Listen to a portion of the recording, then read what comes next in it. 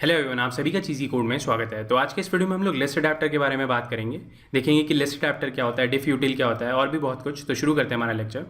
तो सबसे पहले बात करते हैं कि डिफ यूटिल क्या है। तो डिफ यूटिल एक यूटिलिटी क्लास है जो कि हमें गूगल ने प्रोवाइड करी है। ये क्या करती है, दो लिस्ट के बीच में डिफरेंस निकाल के देती है। मतलब आपके पास एक लिस्ट होगी और दूसरी लिस्ट होगी, उन दोनों को वो कंपेयर करेगी, उनके कंटेंट्स को वो कंपेयर करेगी और उसमें जो डिफरेंसेस हैं वो हमें निकाल के दे देगी। तो इससे बेनिफिट क्या होगा हमें, मतलब इसका एडवांटेज क्या है। तो इसको एक सिनेरियो से समझते हैं। तो सपोज़ मेरे पास एक रूम डेटाबेस है। इसके थ्रू मैंने अपनी ऐप के अंदर जो डेटा है वो बाइंड कर रखा है। यहाँ पे मैंने लाइव डेटा का यूज़ किया है। तो जैसे हमारे डेटाबेस में कुछ चेंजेस होंगे तो हमारे को एक नई लिस्ट मिलेगी और उसको मैं यहाँ पे रेंडर कर दूंगा। तो एवरी टाइम यहाँ पे मुझे नई लिस्ट मिलेगी तो मैं अपने रिसाइकलर व्यू को बोलूँगा कि भैया ये लो मेरी नई लिस्ट, इसको रेंडर कर दो। तो इस तरीके से ये पूरा काम चलेगा। बट यहाँ पे क्या हो रहा है, एक परफॉर्मेंस इशू है। क्योंकि क्या होता है कि डेटाबेस में कुछ चेंजेस हुए तो कुछ आइटम्स तो आपकी सेम ही रहेंगी, बट कुछ आइटम्स आपकी चेंज हो जाएंगी। तो जो आइटम्स चेंज नहीं होती हैं उसके लिए भी रिसाइकलर व्यू जो है उनको दोबारा से रेंडर करता है। मतलब उसको वो दोबारा से पेंट करेगा। उसको नहीं मालूम कि क्या चेंजेस हुए हैं, तो वो दोबारा से पूरी लिस्ट को रेंडर कर देगा। तो सिंपल कॉन्सेप्ट है, यहाँ पे कुछ डेटा चेंज होगा तो हमें एक नई लिस्ट मिलेगी। वो नई लिस्ट हम अपने रिसाइकलर व्यू को देंगे और रिसाइकलर व्यू हमारी पूरी लिस्ट को दोबारा से रेंडर कर देगा।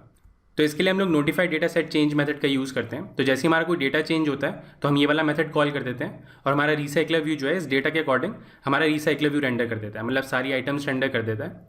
तो यहाँ पे एक परफॉर्मेंस इशू हो रहा है। जितनी भी हमारी एग्जिस्टिंग आइटम्स हैं जिनमें कुछ भी चेंज नहीं हुआ है वो भी बार बार रेंडर हो रही हैं। क्योंकि जो लाइव डेटा है वो हमें एक लिस्ट प्रोवाइड करता है। वो हमें ये नहीं बताता कि भैया कौन सी आइटम चेंज हुई है, या तो हम खुद से आइडेंटिफाई करें कि कौन सी आइटम्स चेंज हुई हैं और उनको जाके अपडेट करें। बट जनरली हम लोग क्या करते हैं, notified data set change method call कर देते हैं। जैसे हमारे पास नई लिस्ट आती है तो हमारा रिसाइकलर व्यू रेंडर हो जाता है।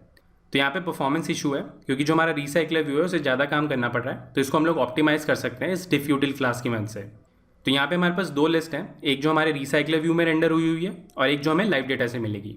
तो ये हमारे पास दो लिस्ट होंगी, इन दोनों को हम डिफ यूटिल से कंपेयर करेंगे और सिर्फ वही आइटम्स अपडेट करेगी जो चेंज हुए हैं। तो इस तरीके से हम लोग अपने रिसाइकलर व्यू की परफॉर्मेंस बढ़ाते हैं।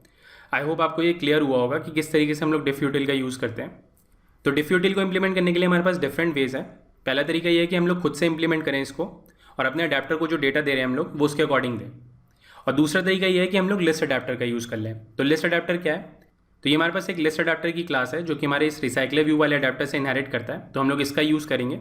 तो इस लिस्ट अडेप्टर का बेनिफिट क्या है, ये हमारे लिए खुद से डिफ यूटिल का यूज़ करता है और जो डिफरेंस होता है वो हमारा बैकग्राउंड थ्रेड पे एग्जीक्यूट करता है। मतलब दो लिस्ट के बीच में जो डिफरेंस होगा वो हमारा बैकग्राउंड थ्रेड पे एग्जीक्यूट होगा। तो यहाँ पे आप इसके बारे में पढ़ सकते हैं कि ये क्या करता है। तो सिंपल सा कॉन्सेप्ट है, एक बार दोबारा से रिपीट करता हूँ। तो डिफ यूटिल क्या करता है, दो लिस्ट के बीच में डिफरेंस निकालता है। और लिस्ट अडेप्टर क्या है, एक सिंपल अडेप्टर है जिसके अंदर बाय डिफॉल्ट जो है वो डिफ यूटिल इंप्लीमेंटेड है। और ये जो डिफरेंस होता है लिस्ट के बीच में जो डिफरेंस कैलकुलेट होगा वो बैकग्राउंड थ्रेड पे एग्जीक्यूट होगा। तो इसको इंप्लीमेंट करके देखते हैं। तो कोड पे चलते हैं। तो ये मैंने एक एम्प्टी प्रोजेक्ट क्रिएट किया है, इसके अंदर अभी तक मैंने कोई भी चेंजेस नहीं किए हैं। तो सबसे पहले इसकी लेआउट फाइल पे चलते हैं और यहाँ पे मैं इस रिसाइकलर व्यू का यूज़ करूँगा। इसको यहाँ से कोलैप्स कर देते हैं और इस पर कंस्ट्रेंट सेट कर देते हैं और इसके अंदर ये जो टेक्स्ट है इसको मैं यहाँ से रिमूव कर देता हूँ, इसकी हमें ज़रूरत नहीं है। तो इस तरीके से हमारे पास रिसाइकलर व्यू आ चुका है। इसको मैं यहाँ पर एक ID दे देता हूँ। तो ये मेरा एक सिंपल रिसाइकलर व्यू है। अब रिसाइकलर व्यू को कैसे इंप्लीमेंट करते हैं इसके ऊपर हम ऑलरेडी बात कर चुके हैं। अगर आपने वो वाला वीडियो नहीं देखा है तो आप उसे देख सकते हैं, उसका लिंक आपको डिस्क्रिप्शन में मिल जाएगा। पूरा डिटेल वीडियो है वो। इसके बाद जो हमारे पास एक लिस्ट आइटम होगी उसके लिए भी हमें एक लेआउट डिज़ाइन करना होगा। तो यहाँ पर मैं एक नई लेआउट फाइल ऐड करता हूँ, इसे नाम देते हैं item_view और यहाँ पर मैं लीनियर लेआउट का यूज़ करूँगा। Click okay. तो यहाँ पर मैं अपनी आइटम का लेआउट पेस्ट कर देता हूँ। तो सिंपल सा लेआउट है। इस लीनियर लेआउट के अंदर मैंने इसकी जो हाइट है वो रैप कंटेंट सेट करी है। तो इस तरीके से हमारे पास एक लेआउट आ रहा है। उसके अंदर मैंने दो टेक्स्ट व्यू का यूज़ किया है। पहला टेक्स्ट व्यू जो है वो हमारा आइकन के लिए यूज़ होगा, जिसके अंदर हम लोग इनिशियल दिखाएंगे। जैसे कि यहाँ पे मैंने जे रेंडर किया है और ये जो हमारा दूसरा टेक्स्ट व्यू है ये हमारे पास जावा रेंडर कर रहा है। तो यहाँ पर मैंने एक ड्रॉबल का यूज़ किया है, तो इसको हम लोग ऐड कर लेते हैं। सिंपल सा ड्रॉबल होगा ये भी। तो इसको मैं यहाँ पर पेस्ट कर देता हूँ। तो यहाँ पे मैंने क्या किया है, कॉर्नर्स डिफाइन किए हैं उसके, जिसमें रेडियस मैंने 150 dp का दिया है और यहाँ पे मैंने कलर दिया है। तो इस तरीके से हम लोग यहाँ पे डिफरेंट ड्रॉबल्स बना सकते हैं डिफरेंट कलर्स के, जिसका हम लोग यूज़ कर सकते हैं। तो अगर मैं अपनी लिस्ट आइटम को देखता हूँ तो यहाँ पे आप देख सकते हैं इस तरीके से हमारी एक आइटम दिखेगी। उसके बाद यहाँ पर मैं एक नई क्लास ऐड करता हूँ। ये हमारी एक डेटा क्लास होगी और इसमें नाम देता हूँ प्रोग्रामिंग आइटम और इसके अंदर कुछ प्रॉपर्टीज़ ऐड कर देते हैं। तो यहाँ पर मैं ऐड करता हूँ ID जो कि हमारी इन टाइप की होगी। सिमिलरली इसके अंदर मैं एक इनिशियल की भी ऐड कर देता हूँ, इनिशियल। और यहाँ पे मैं एक और प्रॉपर्टी ऐड करता हूँ नेम नाम की, ये हमारी स्ट्रिंग टाइप की होगी। तो इस तरीके से हमारे पास ये डेटा क्लास है जिसको हम लोग अपने रिसाइकलर व्यू में रेंडर करेंगे। उसके लिए हम लोग इस व्यू का यूज़ करेंगे, ये जो हमारा आइटम व्यू है इसका हम लोग यूज़ करेंगे। तो इसको लगा के देखते हैं। तो यहाँ पे मैं एक नई फाइल ऐड करता हूँ और इसे मैं नाम देता हूँ प्रोग्रामिंग एडाप्टर। तो यहाँ पे हम लोग सेम वही काम करेंगे जो हम हमने नॉर्मल रिसाइकलर व्यू के साथ करते हैं। मतलब हम ना रिसाइकलर व्यू डिफाइन करते हैं, उसके लिए हम अडेप्टर डिफाइन करते हैं। बट यहाँ पे जो हमारा अडेप्टर होगा वो हम लिस्ट अडेप्टर का यूज़ करेंगे। तो यहाँ पे मैं उसको इंप्लीमेंट करता हूँ। इसको हम लोग इनहेरिट करेंगे लिस्ट अडेप्टर से। तो मेक श्योर करें कि आप n.x.recycler व्यू वाला यूज़ करें। और यहाँ पे मुझे इसका टाइप पास करना होगा। तो यहाँ पे मैं टाइप पास करूँगा प्रोग्रामिंग आइटम। और यहाँ पे हमें एक व्यू होल्डर बनाना होगा। तो यहाँ पे मैं सबसे पहले व्यू होल्डर बनाता हूँ। तो यहाँ पे मैं क्लास डिफाइन करता हूँ प्रोग्रामिंग व्यू होल्डर के नाम से। और ये हमारा व्यू लेता है। ये नॉर्मल वही तरीका है जिस तरीके से हम लोग अपने व्यू होल्डर की क्लास बनाते हैं। आई होप आपको रिसाइकलर व्यू के जितने भी कॉन्सेप्ट्स हैं वो आते होंगे। जैसे कि हम लोग रिसाइकलर व्यू डिफाइन करते हैं, उसके अंदर अडेप्टर डिफाइन करते हैं, फिर व्यू होल्डर डिफाइन करते हैं। तो वही काम हम लोग यहाँ पे इंप्लीमेंट कर रहे हैं। बट यहाँ पे हम लोग सिर्फ लिस्ट अडेप्टर का यूज़ कर रहे हैं और लिस्ट अडेप्टर के अंदर हम लोग डिफ्यूटल का यूज़ करेंगे। तो यहाँ पे मैं कुछ प्रॉपर्टीज़ डिफाइन कर देता हूँ नेम के लिए, view.findViewById। तो यहाँ पे हम लोग व्यू बाइंडिंग या डेटा बाइंडिंग का भी यूज़ कर सकते हैं। बट कॉन्सेप्ट को ईजी रखने के लिए यहाँ पे मैं सिंपल findViewById कॉल कर रहा हूँ। और यहाँ पे मैं पास करूँगा r.id.name।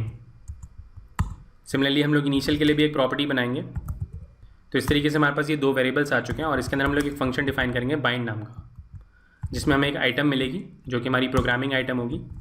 उसके अकॉर्डिंग हम इसमें डेटा सेट करेंगे।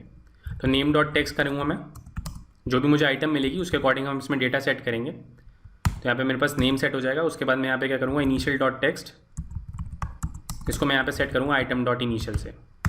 तो व्यू होल्डर जो होता है हमारे व्यूज़ को होल्ड करता है। ये वाला जो हमारा बाइंड फंक्शन है ये क्या करेगा, हमारे को एक प्रोग्रामिंग आइटम मिलेगी, मतलब इस क्लास का हमें एक ऑब्जेक्ट मिलेगा, उसके थ्रू वो हमारे व्यूज़ को बाइंड कर देगा। तो इस तरीके से हम लोग इस बाइंड फंक्शन का यूज़ करेंगे। तो अभी के लिए इसको कोलैप्स कर देते हैं यहाँ से। और यहाँ पे मैं पास करता हूँ प्रोग्रामिंग व्यू होल्डर। तो यहाँ पे हमें कुछ मेथड्स इंप्लीमेंट करने होंगे। तो यहाँ पे मैं ऑल्ट एंटर प्रेस करता हूँ और इंप्लीमेंट मेंबर्स को सेलेक्ट करता हूँ। तो हमें ये दोनों मेथड्स इंप्लीमेंट करने हैं। इसको रिमूव कर देता हूँ यहाँ से मैं। और यहाँ पे सेम कोड लिखेंगे, val view equal to layout inflater from, और यहाँ पे मैं पेरेंट डॉट कॉन्टेक्स्ट का यूज़ करूँगा डॉट इन्फ्लेट। तो यहाँ पे मुझे आईडी पास करनी होगी r.layout.item_view। तो ये जो हमारे पास आइटम है, ये जो हमने लेआउट डिज़ाइन किया है, उसको हम लोग यहाँ पे इन्फ्लेट करेंगे। और यहाँ पे मैं पास करूँगा पेरेंट कॉमा फॉल्स। तो इस तरीके से हम लोग लेआउट इन्फ्लेटर का यूज़ करके अपनी जो आइटम व्यू है उसको इन्फ्लेट करते हैं। मतलब जो हमारी XML फाइल है उसके कॉरस्पॉन्डिंग हमें जावा ऑब्जेक्ट्स मिल जाएंगे। उसके बाद मैं यहाँ से रिटर्न करूँगा प्रोग्रामिंग व्यू होल्डर और ये व्यू पास कर दूँगा। तो ये वाली बात मैं दोबारा से बोल रहा हूँ, ये कॉन्सेप्ट जो है वो हम देख चुके हैं ऑलरेडी। अगर आपने वो वीडियो नहीं देखा तो पहले वो वाला वीडियो देखें, रिसाइकलर व्यू कैसे काम करता है वो क्लियर हो जाएगा आपको। तो ये सिंपल ही कॉन्सेप्ट है। उसके बाद इस मेथड को इम्प्लीमेंट करते हैं। तो यहाँ पे मैं अपनी आइटम निकालूंगा, जो भी मेरी आइटम है। तो यहाँ पे मैं लिखूँगा गेट आइटम और यहाँ पे हम लोग इसकी पोजीशन पास कर देंगे। और यहाँ से मैं कॉल करूँगा होल्डर डॉट। तो यहाँ पे हमने एक बाइंड नाम का मेथड बनाया था जिसके अंदर हम ये आइटम पास करेंगे। तो इस तरीके से हमारे दोनों मेथड्स रेडी हो चुके हैं। तो इनको भी कोलैप्स कर देते हैं। तो जो हमारा नॉर्मल अडेप्टर होता था उसके अंदर हमारे पास एक साइज़ वाला मेथड भी होता था, तो वो अब नहीं है। यहाँ पे सिर्फ दो ही मेथड्स हैं, ऑन क्रिएट व्यू होल्डर और ऑन बाइंड व्यू होल्डर। तो इनका हम लोग यूज़ करेंगे। उसके बाद हमें यहाँ पे इसका कंस्ट्रक्टर कॉल करना होगा। तो यहाँ पे आप देख सकते हैं इसके कंस्ट्रक्टर में हमें डिफ्यूटल की इंप्लीमेंटेशन पास करनी है कि दो लिस्ट को वो कंपेयर कैसे करेगा, मतलब आइटम्स को कंपेयर कैसे करेगा। उसके लिए हमें एक इंप्लीमेंटेशन लिखनी होगी जिसके बेसिस पे कंपैरिजन होगा हमारा। तो यहाँ पे मैं एक नई क्लास बनाता हूँ। यहाँ पे मैं इसे नाम देता हूँ डिफ्यूटल। आप इसे कुछ भी नाम दे सकते हैं, लोग इसे कंपैरेटर भी कहते हैं, डिफ्यूटल कॉलबैक भी कहते हैं। मैं इसे डिफ्यूटल दे रहा हूँ नाम। और इसको मैं इनहेरिट करूँगा यहाँ पे डिफ्यूटल डॉट आइटम कॉलबैक। और ये जनरेट टाइप का है, तो यहाँ पे हमें अपनी आइटम पास करनी होगी। तो हमारी आइटम का टाइप है प्रोग्रामिंग आइटम, तो इसका हम लोग यूज़ करेंगे। अब इसके अंदर हमारे पास दो मेथड्स होते हैं जिसका हम लोग यूज़ करेंगे। तो ये दोनों मेथड्स हमें इंप्लीमेंट करने होंगे। तो ये हमारे पास दो मेथड्स हैं जिसके बेसिस पे डिफ्यूटल जो है वो कंपैरिजन करती है। तो सबसे पहले वो चेक करेगी क्या दोनों आइटम्स जो है वो सेम है। तो वो हम कैसे चेक कर सकते हैं, हमारे पास एक आईडी प्रॉपर्टी है, उसका हम लोग यूज़ कर सकते हैं। अगर दोनों की आईडी सेम है तो वो ऑब्जेक्ट्स जो है वो सेम है हमारे। तो यहाँ पे हम लोग वही यूज़ करेंगे। तो यहाँ पे मैं रिटर्न करता हूँ अगर मेरी ओल्ड आइटम जो है उसकी आईडी न्यू आइटम के बराबर है। तो इस तरीके से हम लोग इस मेथड को इम्प्लीमेंट करेंगे। और ये जो हमारा दूसरा मेथड है ये हमारे ऑब्जेक्ट के कंटेंट्स को चेक करेगा कि उसके कंटेंट सेम है कि नहीं। अब सपोज़ मेरे ऑब्जेक्ट के अंदर 10 प्रॉपर्टीज़ हैं, तो वो 10 प्रॉपर्टीज़ के जो कंटेंट्स हैं उनको कंपेयर करेगा क्या ये दोनों सेम है कि नहीं। अब ये जो हमारी प्रोग्रामिंग आइटम वाली क्लास है ये हमने डेटा क्लास इंप्लीमेंट करी थी। तो डेटा क्लास जो है वो बाय डिफ़ॉल्ट जो है वो डेटा को कंपेयर करके रखती है। तो यहाँ पे हमारे पास इक्वल्स मेथड जो है वो इम्प्लीमेंटेड होता है। तो यहाँ पे मैं डायरेक्टली रिटर्न कर दूंगा old item is equal to new item. तो ये बिहाइंड द सीन क्या करेगा, इन दोनों के कंटेंट को कंपेयर करेगा और उसके बेसिस पे हमें ये आउटपुट देगा। तो इस तरीके से हम लोग ये डिफ यूटिल इम्प्लीमेंट करते हैं। हमें सिर्फ ये बताना होता है कि किस तरीके से आप ऑब्जेक्ट्स को कंपेयर करोगे। तो इसका हम लोग यूज़ करते हैं। तो इसको मैं यहाँ से कोलैप्स कर देता हूँ और यहाँ पे मैं इसका ऑब्जेक्ट पास करूँगा डिफ यूटिल। तो हम लोग अपने वाले पैकेज का यूज़ करेंगे, ये हमारा पैकेज है, इसका हम लोग यूज़ करेंगे और यहाँ पे इसका ऑब्जेक्ट पास करना होगा हमें। तो इस तरीके से हमारा अडेप्टर रेडी हो चुका है। तो इसको लगा के देखते हैं। तो यहाँ पे मैं अपना रिसाइकलर व्यू निकाल लेता हूँ, वैल रिसाइकलर व्यू, और यहाँ पे मैं कॉल करूँगा find view by id r.id.programming list। तो ये हमारा रिसाइकलर व्यू है जो मैंने अपनी लेआउट फाइल के अंदर डिफाइन किया है। उसके बाद हमें यहाँ पे एक अडेप्टर बनाना होगा। तो यहाँ पे मैं अपना अडेप्टर बनाता हूँ। तो अभी के लिए हमें एक इनिशियल डेटा चाहिए जो हम अपने रिसाइकलर व्यू में शो करेंगे। तो उसको यहाँ पे मैं पेस्ट कर देता हूँ। तो ये मैंने 3 ऑब्जेक्ट्स बनाए यहाँ पे P1, P2, P3 और यहाँ पे आप इसका डेटा देख सकते हैं। और यहाँ पे हम लोग अपने अडेप्टर के अंदर इस डेटा को सेट करेंगे। तो यहाँ पे मैं एक मेथड का यूज़ करूँगा सबमिट लिस्ट। तो ये जो सबमिट लिस्ट वाला मेथड है, इसके थ्रू हम अपनी लिस्ट जो है अपने अडेप्टर को पास करते हैं। तो यहाँ पे मैं एक लिस्ट बनाता हूँ, लिस्ट ऑफ, और यहाँ पे मैं आइटम को पास कर दूँगा P1, P2, P3। तो इस तरीके से ये जो हमारा इनिशियल डेटा है वो हमारे अडेप्टर तक पहुँच जाएगा। उसके बाद हमने रिसाइकलर व्यू पे कुछ प्रॉपर्टीज सेट करते हैं। तो recycler view dot layout manager, और इसको मैं लीनियर लेआउट मैनेजर असाइन कर देता हूँ अभी के लिए, और यहाँ पे दिस पास कर देते हैं। सिमिलरली इसके अंदर एक प्रॉपर्टी होती है सेट हैज़ फिक्स साइज, तो उसको हम लोग ट्रू पास कर देंगे। और इस रिसाइकलर व्यू पे हमें अडेप्टर भी सेट करना होगा। तो यहाँ पे मैं अडेप्टर सेट कर देता हूँ।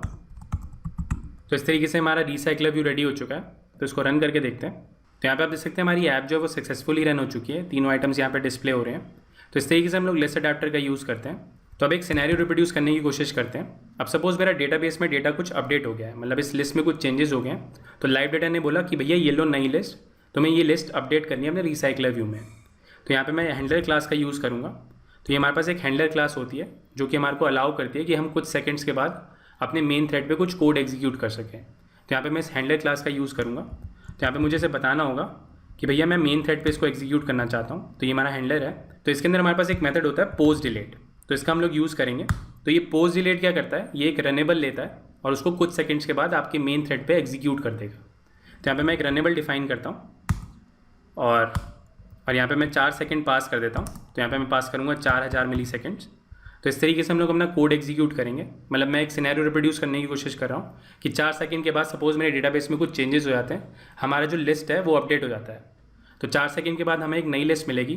तो देखते हैं वो कैसे अपडेट करेंगे अपने रिसाइकलर व्यू में। तो यहाँ पे मैं इसका डेटा अपडेट कर देता हूँ। तो यहाँ पे एक नई लिस्ट बना लेते हैं जिसका हम लोग यूज़ करेंगे। तो उसके लिए यहाँ पे मैं कोड पेस्ट कर देता हूँ। तो ये मैंने 4 ऑब्जेक्ट्स बनाए हैं यहाँ पे। अब यहाँ पे हम अपने अडेप्टर को बताएंगे कि भैया डेटा में कुछ चेंजेस हो गए हैं तो इसको सबमिट कर दो। तो यहाँ पे मैं एक नई लिस्ट बनाऊँगा, लिस्ट ऑफ, और यहाँ पे आइटम्स पास कर देंगे P3, P4, P5, P6। तो दोबारा से बताता हूँ क्या हुआ है यहाँ पे। सबसे पहले हमने ये 3 आइटम्स बनाए थे जिसको हमने यहाँ पे सबमिट कर दिया। जैसे ही हमने सबमिट किया तो हमारे रिसाइकलर व्यू में ये तीनों आइटम्स दिखने लग गए। अब क्या हुआ कि 4 सेकंड के बाद कुछ चेंजेस हुए तो हमारा ये वाला कोड एग्जीक्यूट होगा। अब ये वाला कोड क्या कर रहा है, हमारी एक नई लिस्ट बना रहा है जो मैंने अपने अडेप्टर को सबमिट कर दिया है। तो अडेप्टर क्या करेगा, क्योंकि ये हमारा लिस्ट अडेप्टर है, उसने डिफ यूटिल इंप्लीमेंट किया हुआ है, तो इन दोनों लिस्ट को कंपेयर करेगा। मतलब पहली लिस्ट को और ये जो हमारी दूसरी लिस्ट है इन दोनों को कंपेयर करेगा वो। तो बिहाइंड द सीन्स क्या होगा, दोनों लिस्ट का कंपैरिजन होगा। जो आइटम्स कॉमन है उनमें कोई भी चेंजेस नहीं होंगे, जो नए आइटम्स होंगे वो रेंडर हो जाएंगे। तो यहाँ पे आप देख सकते हैं ये वाला जो आइटम है हमारा, ये दोनों में कॉमन है। यहाँ पे ID 3 है, यहाँ पे भी मैंने ID 3 दी थी और दोनों का कंटेंट भी सेम है। और ये हमने कुछ नए आइटम्स ऐड करें हैं और ये वाले जो दोनों आइटम्स थे यहाँ पे रिमूव हो चुके हैं। तो इस तरीके से दोनों में कंपैरिजन होगा। तो डिफ यूटिल क्या करेगा, दोनों को कंपेयर करेगा, जो चेंजेस हैं उनको अपडेट कर देगा। तो जैसे हम लोग ये नई लिस्ट को सबमिट करेंगे अपने अडेप्टर पे तो हमारा डिफ यूटिल रन होगा। डिफ यूटिल दोनों को कंपेयर करेगा और उसके अकॉर्डिंग हमारा जो रिसाइकलर व्यू है वो अपडेट हो जाएगा। तो इसको रन करके दिखाता हूँ। तो यहाँ पे आप देख सकते हैं ऐप जो है वो सक्सेसफुली रन हो चुकी है और 4 सेकंड के बाद यहाँ पे आप देख सकते हैं ये वाला जो आइटम था वो वैसा ही रहा, बाकी 3 नए आइटम्स ऐड हो चुके हैं। तो इस तरीके से हम लोग रिसाइकलर व्यू की परफॉर्मेंस बढ़ाते हैं। तो एक बार इसको दोबारा से रन करता हूँ। तो यहाँ पे आप देख सकते हैं तीनों आइटम्स आ रहे हैं। 4 सेकंड्स के बाद क्या होगा, ये वाला जो आइटम है ये ऊपर पहुँच गया अपने आप और ये 3 नए आइटम्स ऐड हो चुके हैं। तो इस तरीके से हम लोग रिसाइकलर व्यू की परफॉर्मेंस बढ़ाते हैं। आई होप आपको ये कॉन्सेप्ट जो है वो क्लियर हुआ होगा कि किस तरीके से हम लोग डिफ यूटिल का यूज़ करते हैं और किस तरीके से हम लोग लिस्ट अडेप्टर का यूज़ करते हैं। तो आज के लिए इतना ही। अगर आपको ये वीडियो अच्छा लगा तो प्लीज़ लाइक करें। अगर अभी तक आपने हमें सब्सक्राइब नहीं किया तो प्लीज़ सब्सक्राइब करें। Thank you for watching. आपका दिन शुभ हो। धन्यवाद। ये लैंग्वेज भी सीख लो, वो लैंग्वेज भी सीख लो। जीवन एक रेस है, ऊपर चढ़ना सीख लो। हो जाए जब सब कुछ खुद खुद मनना सीख लो। उठा के बस्ता नाप के रास्ता, हर कोई चला है आईटी में। IT IT IT IT IT IT IT में आईटी आईटी